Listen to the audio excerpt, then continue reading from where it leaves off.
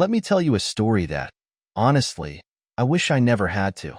It's about my wife, Ella, and how things started to fall apart between us. Looking back, I'm not sure when it all began, but I can tell you that at first, everything felt solid. Like any marriage, we had our ups and downs, but nothing that screamed, something's wrong. Ella had always been someone who loved helping people. She was always volunteering at shelters or organizing drives for the homeless in the community. At first, I respected it. She had this huge heart, always trying to make the world a better place. It didn't seem strange to me at first, or at least I didn't think so. She'd spend a few evenings a month at the shelter, doing what she loved. It seemed harmless, right? It was a routine. She always came home on time, and we'd eat dinner together, maybe share a glass of wine. Everything felt normal. I never gave it much thought. She was doing good work, and it gave her something to focus on outside of our life together. But then, things started to change. It wasn't sudden. It was subtle, almost sneaky, how it crept in. She began making more frequent trips to the shelter. She'd stay out later, claiming there were emergencies or that someone needed help. Soon, it wasn't just evenings anymore. It turned into weekends, and eventually, she'd text me saying she wasn't coming home at all. She'd say she needed to stay overnight to deal with some crisis. And me? I trusted her. I really did. Or maybe I just wanted to believe what she said was true, that she was tied up with important work. But there was something in my gut that started eating at me. Call it intuition, that little voice in your head that tells you things aren't right. I tried to push it aside because our marriage had always been built on trust. Or so I thought. It's funny, though. When you look back, you start questioning everything. Every missed dinner, every delayed text, every excuse. I'm too tired tonight. Can we talk later? It wasn't just emotional distance I was feeling. It was physical, too. We weren't connecting like we used to. That spark we had was gone. She'd brush off my attempts at closeness with excuses that felt too rehearsed. I'm exhausted from the shelter, or I'm stressed, I can't right now. I didn't want to be that guy, the one who accuses his wife of something because things got a little rough. I started wondering if maybe I was the problem. Maybe I hadn't been paying her enough attention. Maybe I was too caught up in my own work. I told myself, "You're just being paranoid, Ryan. Chill out." But one night, something happened that I couldn't ignore. We hadn't been close in a while, but then, out of nowhere, she seemed interested. It was sudden and a little strange, but I didn't question it right then. I was just relieved to feel that old spark. But then, I saw it. A rash, right there. My mind froze for a second. What was that? I didn't say anything at first, but it gnawed at me. After the moment passed, I casually suggested she get it checked out. You know, just to be sure. She seemed embarrassed, like I'd caught her in a lie. "Yeah, I'll go see a doctor," she said, brushing it off.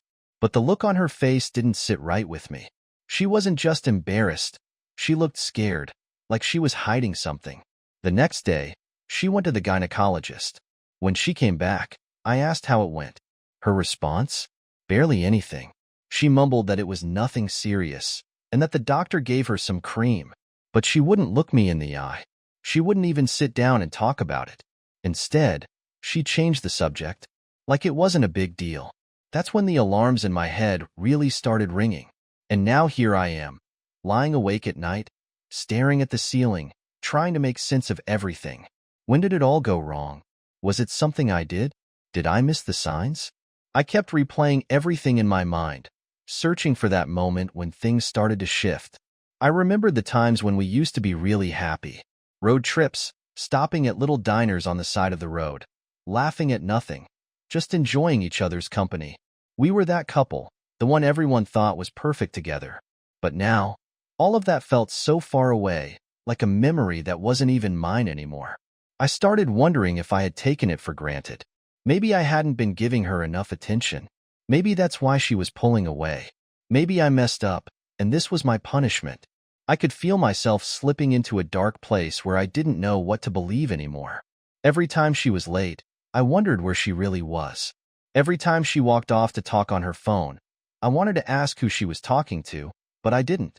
I kept it all inside because I didn't want to become that jealous, paranoid husband. But deep down, I already knew something was off. I just didn't know how bad it was. After the whole gynecologist thing, something inside me snapped. You know that feeling when you're done with all the lies and half-truths, but you don't have solid proof?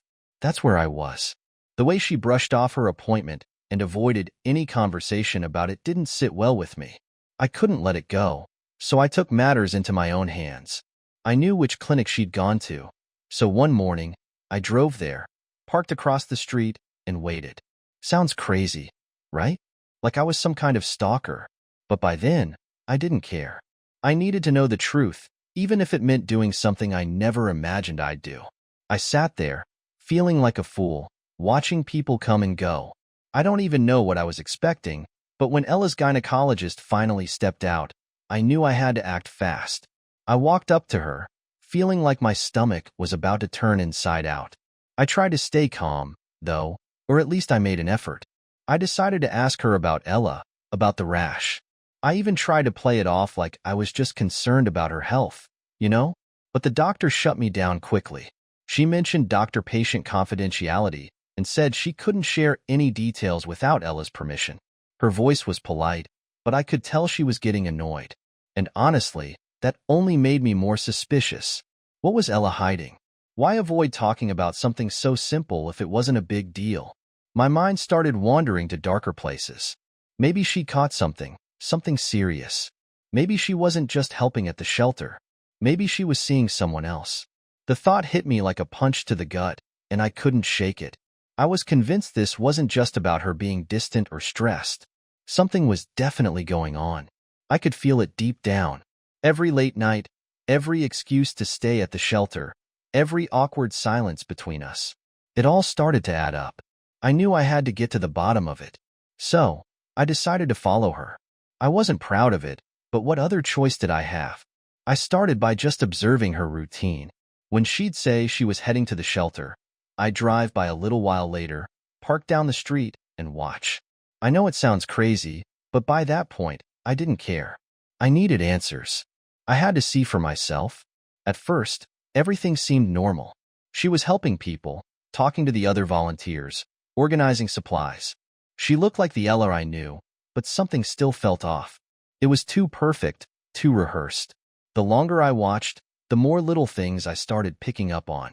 One night, after what felt like hours of waiting, I finally saw something.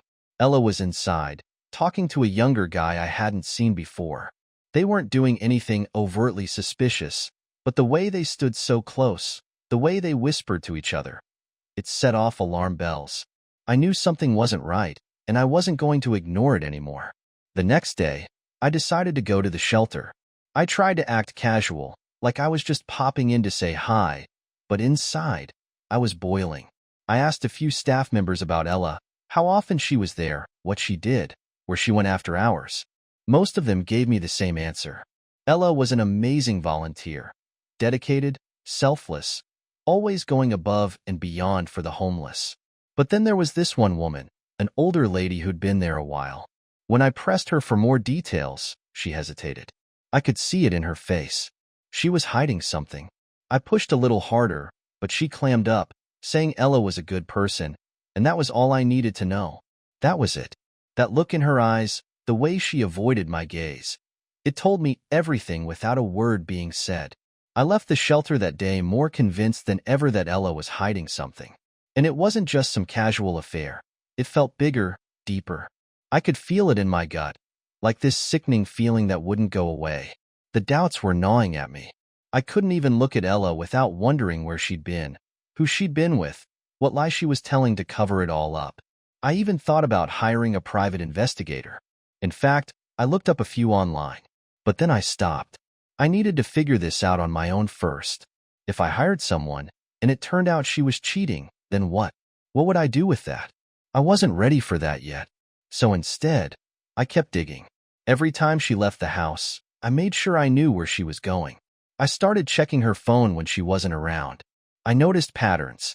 Times when she'd disappear for hours with no explanation, or when she wouldn't answer my calls. I thought about confronting her, asking her directly what was going on, but I didn't want to tip her off. Not until I had solid proof. That's when everything started spiraling. The more I watched her, the more I questioned everything. Every smile, Every kiss, every "I love you" started to feel fake. Like she was playing a role, pretending to be the woman I married while living a completely different life behind my back. I wasn't sleeping much anymore. I'd lie awake, staring at the ceiling, replaying every moment we'd shared in the last few months, searching for clues, any hint of the woman I thought I knew. But she wasn't there anymore. She'd been replaced by a stranger, someone I couldn't trust, someone I barely recognized. I was drowning in suspicion, and there was no turning back now. Whatever was happening, I knew it was worse than I ever imagined. I was about to find out just how bad things really were. By this point, I wasn't just suspicious, I was desperate. I couldn't just sit back and let this eat at me anymore. I needed answers. Watching Ella, following her, checking her phone, none of it was enough. I needed to know what she was hiding and who she was hiding it with. If I didn't figure it out soon, I was going to lose it. So, I decided to step things up. I started spending more time around the shelter, watching the people who came and went. I wanted to find someone who could give me the answers I was looking for. I'd sit in my car for hours, blending into the background, just observing. The place was full of people, most of them looking like they had nowhere else to go. Worn down by life, the shelter was their last chance before completely falling off the radar. But there was one guy who stood out, Mark. He was there almost every day, hanging around the back, smoking a cigarette, talking to anyone who'd listen. He looked rough, long, greasy hair, a beard that hadn't seen a razor in months, clothes barely hanging together. But there was something about him, something in the way he moved. Like he knew things I needed to know.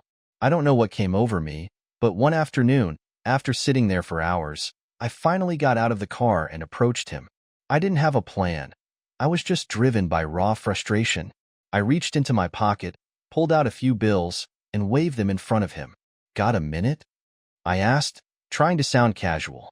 Mark looked at the money like it was a ticket to something better, and that's when I knew I had him. He nodded, barely muttering, "Sure," and motioned for me to follow him to the car. I told him to get in, and without a second thought, he did. Desperation had pushed me past all caution. I didn't care about the risk. I just needed to know what he knew. I didn't tell him who I was. Didn't mention Ella was my wife. I figured the less he knew, the better. Instead, I kept it simple, like I was just some random guy with questions about the shelter. "So, what do you think of Ella?" I asked, trying to sound as neutral as possible. Mark just shrugged. "She's cool. Helps out a lot. Folks around here like her." My pulse picked up, but I kept it steady, leaning in a little more. "Yeah, she seems pretty great. Does she, spend a lot of time here with you guys?" Mark looked at me with a grin that made my skin crawl. "You mean, do you want to get with her too?" The words hit me like a punch, and I couldn't breathe for a second. What the hell did he mean by that? I was frozen, trying to process. I couldn't just let it go. "What do you mean by that?" I forced out, my voice tightening. Mark laughed, a low, unsettling sound that made my insides twist. "Come on, man. It's no secret. Ella's easy. A couple of guys I know have already hooked up with her." Everything seemed to crash around me. My mind couldn't even comprehend it. My wife, the woman I thought I knew, was sleeping around at the shelter? The woman I'd built my life with, the one I thought was my partner, was out there like this? I felt sick, but I kept my composure. No way was I letting him see how much it affected me. "You're serious?" I barely got out. My voice was shaking, and I didn't even know if I could hold it together. Mark just shrugged, like it was no big deal. "Yeah, man. She's a nice lady and all, but if you want something extra, it's no problem." I couldn't take it anymore. I wanted to punch him, toss him out of the car, scream at him for everything he just said. But what would that do? I had my answer, or at least part of it. Ella wasn't just cheating. She was letting guys at the shelter use her. How had it come to this? I shoved some bills into Mark's hand and told him to get out. No resistance from him. He just took the money and got out, like nothing had happened. Like he hadn't just completely torn my world apart. I sat there for a long time after he left, staring at the steering wheel. My mind was spinning. Every excuse Ella had ever given me, it was all clear now. She wasn't tired from helping at the shelter. She was exhausted from doing things I couldn't even bring myself to think about. The woman I thought I loved was out there. Throwing away everything for what? For some sick thrill, for attention from guys who didn't care about her at all? I drove home in a fog, barely aware of the world around me. When I walked into the house, it felt like a completely different place. Like I didn't belong there anymore. Everything felt like a lie. The pictures on the wall, the furniture we'd picked out together, it all felt fake. I didn't even want to look at her. But when Ella came home later, I tried to act normal. I kept everything locked up inside. I couldn't let her know I knew. Not yet. But I couldn't stop the feeling of betrayal that was eating at me. Every time I looked at her, I saw Mark's grin, heard his voice mocking me. Do you want to get with her too? How had I not seen the signs? How had I missed this? I lay in bed next to her, pretending to sleep while she drifted off like nothing was wrong. I stared at the ceiling, my mind racing, every word Mark had said replaying over and over. The anger was building up like a storm inside me. But the worst part? The jealousy. The idea that other men had been with her, used her, and I never saw it coming. I thought about confronting her right there. I imagined shaking her awake and demanding answers, screaming at her until she finally admitted everything. But I didn't. I didn't know if I could handle hearing it straight from her. Instead, I just lay there, feeling crushed under the weight of it all. She'd ruined everything we had. And for what? For some cheap attention from people who didn't care? I couldn't understand it, and I wasn't sure I ever would. But one thing was clear. I couldn't keep pretending. Something had to change, and it had to change now. I didn't know what I was going to do, but I knew this. Whatever happened next, it was going to shatter everything. I couldn't keep it in any longer. I had to confront her. When I walked through the door that night, I knew I couldn't keep pretending anymore. I'd spent the last few days going over everything Mark had told me, replaying it over and over. The disgust, the humiliation, the feeling of being a fool. It was eating me alive. Every second I spent in the same house as Ella, the anger inside me grew, like a pressure building until it was about to explode. Ella was in the kitchen when I got home, acting like everything was fine, like it was just another evening. She smiled at me, but all I saw was the lie. The mask she'd been wearing. I stared at her, fists clenched, the words ready to pour out. I wasn't going to let her smooth talk her way out of this. I needed the truth. I needed it now. We need to talk, I said, my voice tight with anger. She looked at me, her expression shifting, like she knew something was wrong. What's wrong? She asked, all sweetness, but I wasn't buying it. I walked into the living room, trying to keep my emotions in check. But it was a struggle. I know what you've been doing, I said, locking eyes with her. I know about the guys at the shelter. I talked to someone. They told me everything. Her face went pale. For a second, I saw fear flicker in her eyes. But then, like she had rehearsed it, she shook her head in disbelief, trying to act surprised. What are you talking about, Ryan? That's insane. Whoever you've been talking to is lying. That's when I couldn't take it anymore. Don't play dumb with me, Ella. I talked to Mark. He told me everything. The guys at the shelter. You've been with them, haven't you? She flinched, her grip tightening on the counter. Mark? She repeated, her voice trembling. You're really going to believe a homeless guy over me? He's lying, Ryan. He's manipulating you. I could feel my blood boiling. Don't even try it.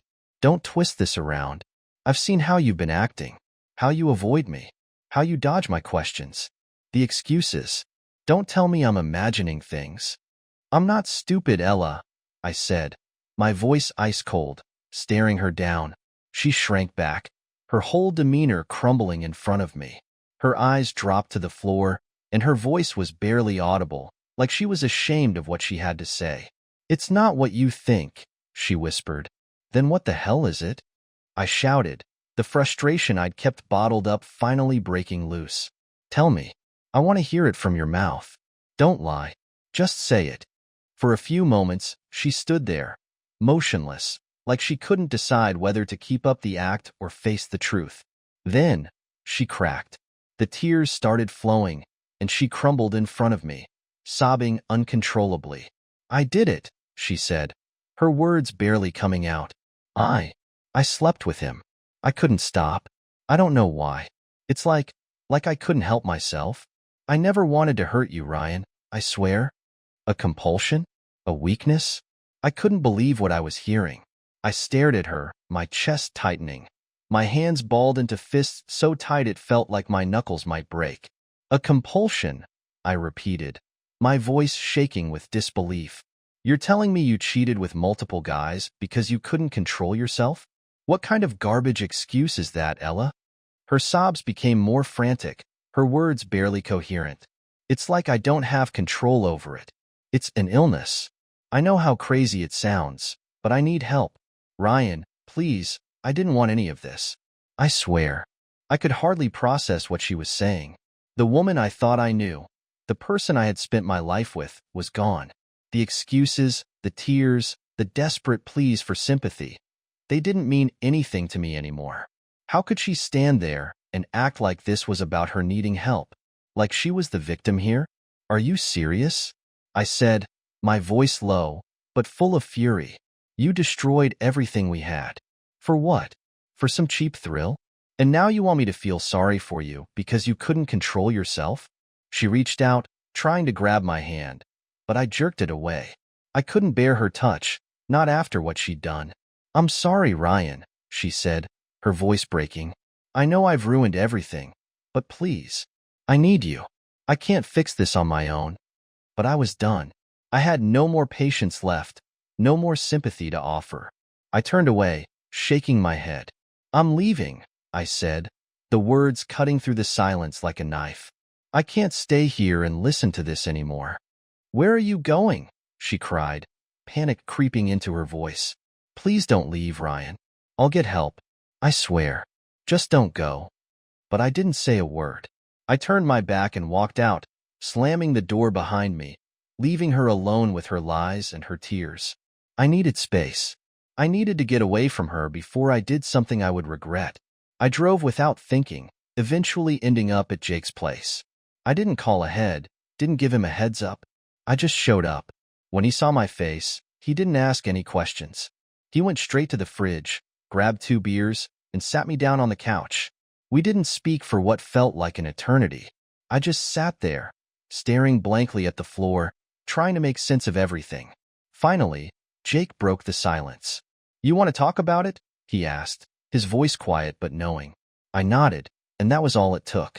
The words spilled out in a rush. The suspicions, the phone checks, the confrontation with Mark, and the sickening confession. Jake listened. No interruptions, just letting me get it all off my chest. When I was done, he leaned back and exhaled. Man, that's rough, he said. But look, I'm gonna be straight with you. You can't save her. I looked at him, confused. What do you mean? People like that, he said, shaking his head. The ones who get caught up in this kind of thing, they don't change. You can send her to therapy, you can try to fix things, but it's not gonna matter. She's not gonna change. It's who she is now. I wanted to argue, to tell him that Ella wasn't like that she could be helped. But deep down, I knew he was right. The woman I thought I married was gone, replaced by someone I didn't even recognize. And I couldn't save her from herself. You think I should just end it? I asked, my voice cracking with the weight of the decision. Jake didn't hesitate. I mean, I've been where you are, man. And I'm telling you, if you stay, it's just gonna get worse. You need to walk away. Divorce her. Start fresh. The word divorce hit me harder than I expected. It was a punch to the gut, but at the same time, it felt like the only way out. After that night with Jake, everything became crystal clear. The life I thought I had, it was over. The trust, the love, the partnership, all of it shattered. Ella had destroyed everything. And as much as it hurt, I knew Jake was right. I couldn't save her. I couldn't save us. What I had to do now was save myself. For the next couple of days, I avoided Ella completely. I'd leave early, stay out late. When I did come home, I barely acknowledged her. She could feel it. I could see the guilt in her eyes, the way she watched me, waiting for the other shoe to drop. But I couldn't live with the lies anymore. It wasn't just the cheating. If it was a one-time mistake, maybe I could have worked through it. But it wasn't. The manipulation, the excuses, the way she tried to make herself the victim, that was something darker. One night, after days of silence, I finally decided to have the conversation. I sat on the couch, staring at the TV, waiting for her to come home. When she walked in, she froze for a moment, like she already knew what was coming. "What's going on?" she asked, her voice small. I didn't bother with small talk. I didn't have the energy for it anymore. "We need to talk." She sat across from me, biting her lip nervously. "Is this about the other night? I know I screwed up, but I'm trying, Ryan. Please." That was it. That was all I could take. "I want a divorce," I said, my voice as cold and firm as I could make it. It wasn't a question, just a fact. She blinked, like she couldn't believe what she'd just heard. "What?" "You heard me," I said, staring her down. "I can't do this anymore." "We're done," I said, the words heavy, final. Ella's eyes went wide, her face draining of color as panic set in. "Ryan, no, please don't do this. We can fix it," she pleaded, her voice frantic. "I know I messed up, but I'm trying. I'm trying to get better. I'm fighting it." "Fight what, Ella?" My voice trembled with a mixture of anger and disbelief. "Your compulsions? Your illness? Do you even hear yourself? You don't even know what the hell is wrong with you." She froze, tears welling in her eyes as she shook her head, reaching for me. But I pulled away, my body rejecting her touch. I didn't want anything from her anymore. I don't care about therapy or counseling. This isn't about trying harder or talking it out. It's about trust. And I don't trust you. I don't know who you are anymore. I could feel the weight of every lie she had told me crash over me. "You've lied to me for months, probably longer. You've betrayed me in ways I can't even begin to put into words. How the hell am I supposed to come back from that?" Her body shook with sobs, her hands clutching at her chest as if she could somehow hold the shattered pieces of our life together. "I didn't mean to hurt you. I didn't want any of this to happen. I just lost control." "Yeah, well, it's too late for that," I said, my voice cold and unyielding. "You lost control, and now you've lost me. I can't do this anymore. We're done." She collapsed onto the couch, her sobs echoing through the room, but I felt nothing for her. No pity, no sympathy. All I felt was relief. The relief of finally saying the words I had been holding inside for far too long. Relief that this nightmare was coming to an end. She must have realized that there was no changing my mind, because eventually her pleas stopped.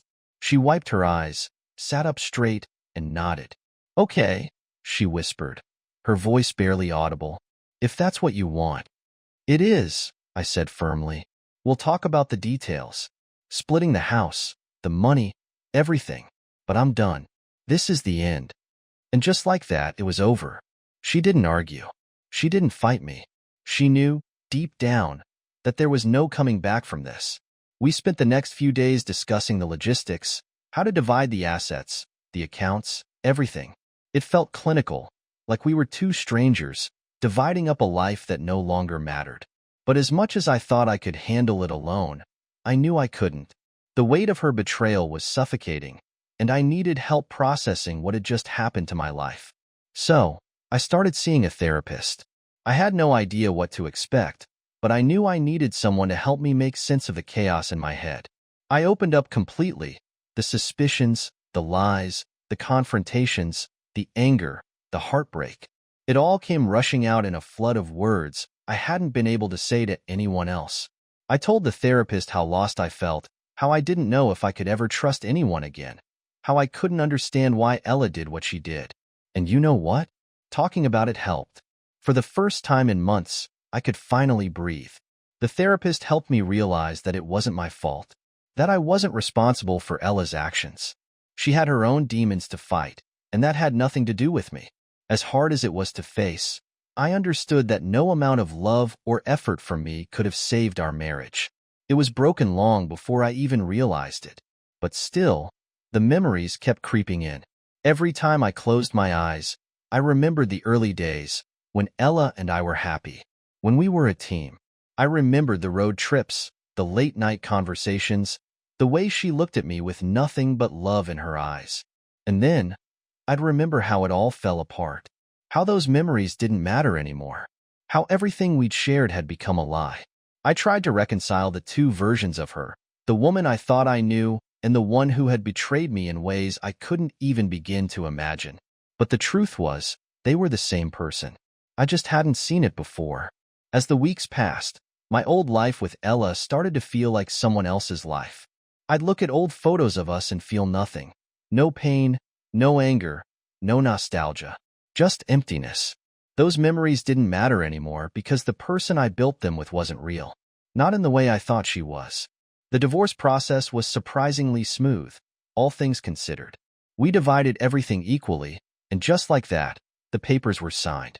It was official. We were no longer husband and wife. Walking out of that courthouse felt strange. I felt lighter, like a weight had been lifted off my chest. But there was a hollow feeling in my gut, like I had lost something I couldn't get back, even though I knew it was gone long before the papers were signed. After the divorce, I threw myself into rebuilding my life. It wasn't easy, but I kept going to therapy. I was determined to make sense of the wreckage Ella had left behind. And little by little, I started to feel like myself again. My old life began to fade, like it belonged to someone else. I picked up old hobbies. I spent more time with friends. And slowly, I started feeling normal again. But then, one day, I ran into Lily, Ella's friend. That's when I learned that Ella wasn't doing well. She contracted HIV, refused treatment, and was spiraling into depression and alcohol abuse. I didn't know how to feel about it. Part of me still felt sorry for her, but the rest of me knew it was too late for any of that. Against my better judgment, I agreed to meet with her. When I saw her, I could barely recognize her. She looked older, worn out.